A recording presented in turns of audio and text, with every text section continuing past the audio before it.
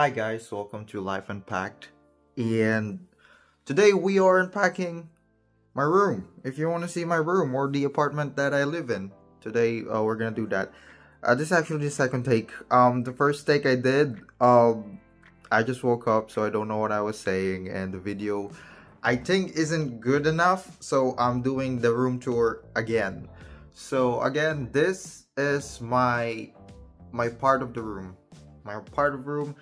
I have one poster there. It's Eren Yeager doing the rumbling. I don't know if you can see.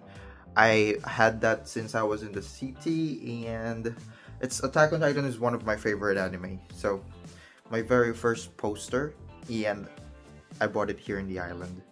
Not my very first poster. My very first poster in UAE maybe. My very first poster is One Piece. And that is my bed na still makalat. Sabi ko lilinisin ko muna siya bago ko ulit bago ulit ako gawa ng room tour, but makalat siya. So ilagay na lang natin siya dyan. So ito po yung part ng bed ko. Diba? Naglinis ako ng kama habang nag-room tour. Dapat kasi nilinis ko na. Ito yung part ng bed ko. Yan, na napakamakalat. Dito ako natutulog. And ayun yung parang mini cabinet ko na hindi I don't have cabinet still because bago pa lang ako din eh. So ayun, eto muna yung ginawa kong cabinet. Hindi ko alam kung ano siya, para siyang tray or lagayan ng whatever. Basta diyan ko na lang pinaghahagis yung mga damit ko. And then eto yung mga damit na ayokong tupiin, no? Nahihirapan akong tupiin. So nakakalat lang siya diyan. Maglilinis ako mamaya ng kwarto. Titignan natin kung aayos pa yung part ng kwarto. Tapos eto yung marumihan ko. Ang katabi ko siya, 'di ba? Ang galing ko talaga. Tapos eto yung basta diyan ko nilalagay yung mga phone habang nakasaksak. Eto ginagamit ko din siya. And then eto yung part nung ka-roommate ko. Actually may table kami dito, pero since mag-Ramadan, may nagbigay sa amin, may nagkatay ng baka, and then may laman loob, and then yung balat ng baka. So later, aayusin namin yan. Actually, nilinis namin kagabi. First time ko, hindi ko nga na-vlog kasi sobrang dilim. First time ko maglinis ng intestine ng baka. Amoy amoy tayo pa din yung kamay ko hanggang ngayon. So, ayun. The part of my roommate, dito siya. Ito yung cabinet niya, yung kama niya, and then mga gamit. And then we have ceiling fan, and we also have a oldest aircon, which is we rarely use because it's too cold. I'm wearing a jacket. So kanina nag-try ako mag-room tour, pero sobrang lamig, tapos kakagising ko lang, so hindi ako maka-form ng words. And going out. Tada! Pusa namin, oh. Si Ampon. Iikot ko sila sa compound. Diba? Huwag ka dyan, magpapabelly out yan, tapos mangangalmot yan. No. Loko-loko yan eh. And then, ito yung banya namin. Ay, so yun, ito yung bago naming heater. Kakakabit niya lang kasi yung last one nasira. I think it's old na. And then, ayun yung mga gamit ko sa paliligo. Medyo madumi pa siya kasi hindi pa namin nalilinis. Kasi nga, kakakabit lang nung heater. So, daming ginawang ek-ekan pa doon. Kinalas-kalas pa, tapos kinabit-kabit pa. So, mabuhangin. Nag-sandstorm din pala dito last time. Eto, pagsisiga namin kasi yung sa balat nung baka, pang sisiga nga namin. Kailangan yatang painitan yun or something. Ito yung kusina namin. Tada! This is our kitchen. Daming mga gamit. I don't know who owns this, pero ang ganda. Parang very antique siya. And ito yung washing machine. May naglalaba currently. And then this is our kitchen. Actually, sharing, parang tatlo kami dito na nag-share. I'm not sure, tatlo or apat? I'm not sure. Basta ito yung kitchen namin. This is where we cook. Para madumi siya. It has, sand. Kasi, nagpapakulo kami dito ng tubig kagabi. Binabanlian nga namin yung nililis namin. And then, yung hawak-hawak namin, nalalagay sa lupa. So, yun. Nagkalat siya ng buhangin.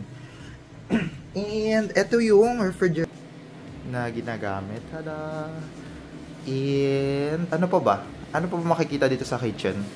Yung exhaust fan. We also have, it has the same design dun sa room namin. May ceiling fan and meron din siyang aircon. Tada! We have deep freezer pala here. Ano mga laman nito? Basta madami siyang laman ng mga foods. So, ayun. Hi! Bernard na lang. Nakabil na? Ang And then, eto. Ayan yung mga sinampay ko. Mga damit ko yan. Yan ako nagsampay. Eto yung likod bahay namin. Okay. And then, ayun yung yata, oh.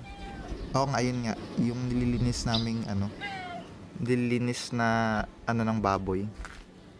Ay, baka. Baboy ako ng baboy. Tindahan ng baboy dito sa island. So, pag umuwi kami ng city, nagbibili kami ng baboy. And then, show you to the rooftop. To my rooftop. Hindi naman sa akin yung rooftop. So, yun. Ito yung electrical room namin.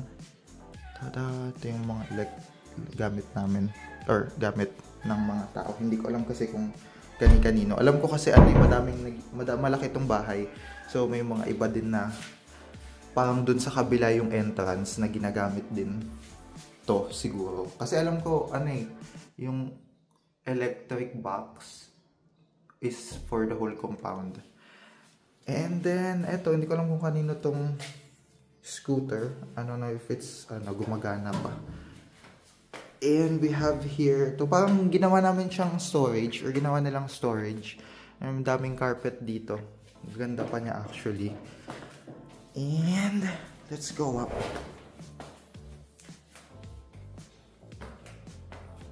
Eto, I don't know who used this before, but it's fascinating to see that someone used to use those items before and now they're living a completely whole journey or whatever. Basta nakaka-fascinate siya for me.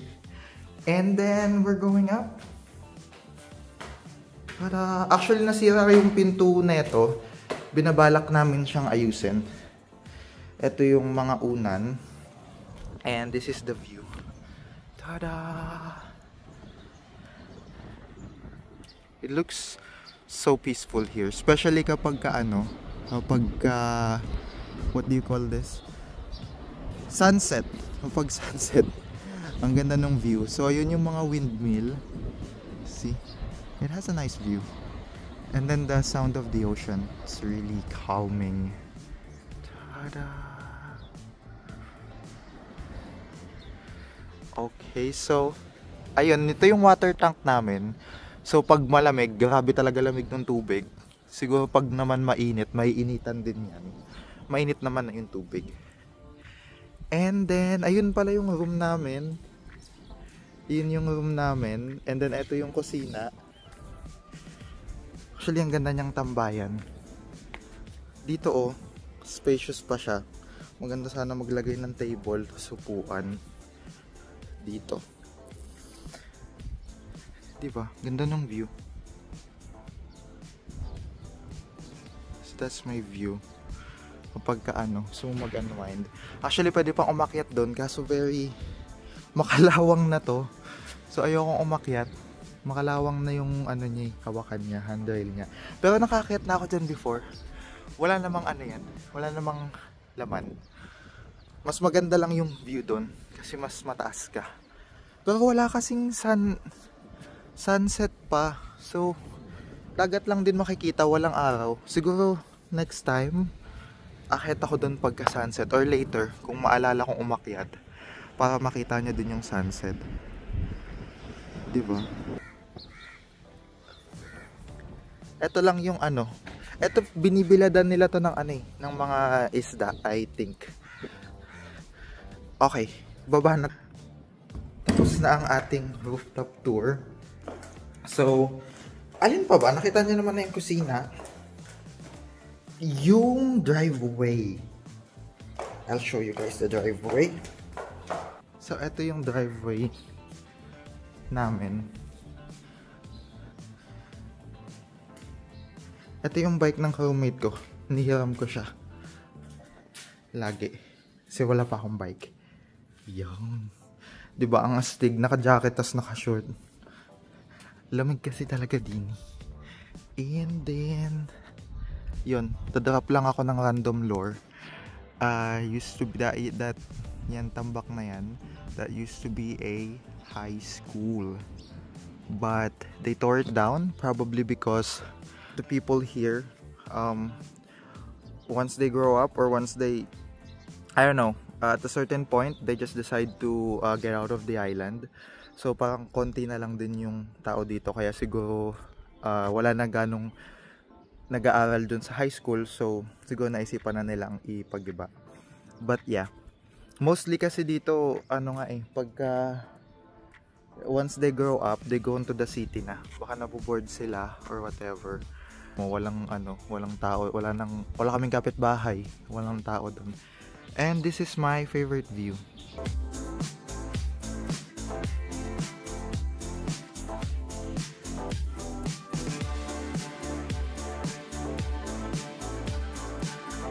Favorite view ko yan. I don't know why. It's so aesthetic for me.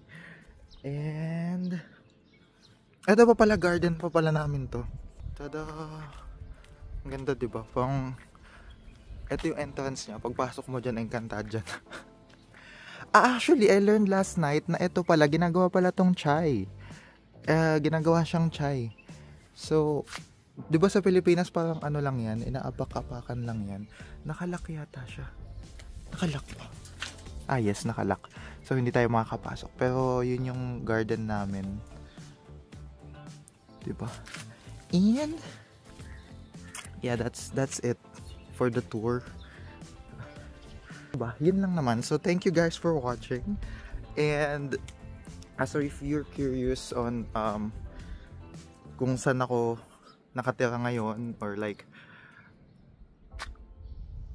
kung na-curious kayo kung ano yung mga daily utilities na ginagamit ko, yun. Yung mga daily whatever. So yeah, thank you guys for watching, and I hope you enjoyed the room compound tour, and see you guys next time on Life Unpacked.